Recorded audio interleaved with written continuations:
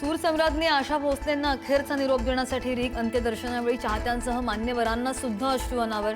दुपारी 4 वाजता शिवाजी पार्कमधील स्मशानभूमीमध्ये होणार अंत्यसंस्कार।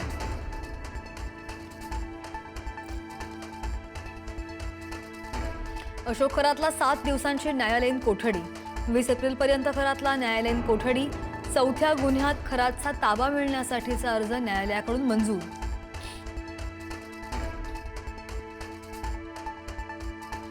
अशोक खरातच्या मालमत्तांवर ईडीची छापेमारी। खरातचं घर, कार्यालय, फार्म हाऊस, ईशान्येश्वर मंदिरासह अन्य मालमत्तांवर छापा।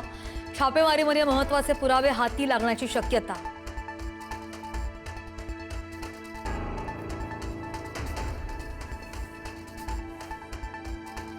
रुपाली चाकणकरांची बहीण प्रतिभा चाकणकरांची शिर्डी पोलीस स्थानकात चौकशी। समता पतसंस्थेमध्ये प्रतिभा चाकणकरांसह त्यांच्या मुलाच्या नावे 4 खाती। चाकणकरांच्या 4 खात्यांना खरात वारसदार।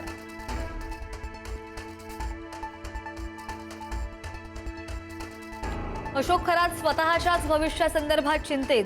तुरुंगातून लवकर सुटका होणार नाही। खरातची भावना फरार पत्नी संदर्भात माहिती नसल्याचं सांगत मुलाशी बोलण्याची व्यक्त केली इच्छा।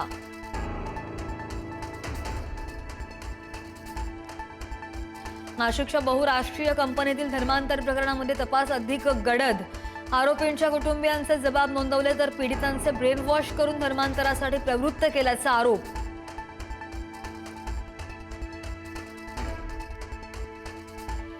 घटस्फोटासाठी पतीकडून पत्नीसह सासू सासऱ्यांना ठार मारण्याची धमकी। घटस्फोट न घेताच पतीनं केलं दुसरं लग्न। नवऱ्यासह दिरानं सुद्धा पैशासाठी तगादा लावत छळ केल्याचा आरोप।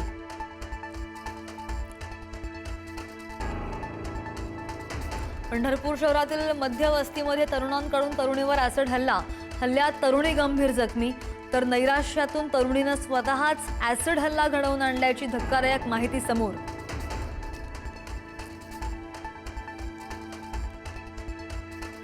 गोकुळ दूध संघामधील गैरव्यवहाराची ईडीमार्फत चौकशी करण्याची मागणी।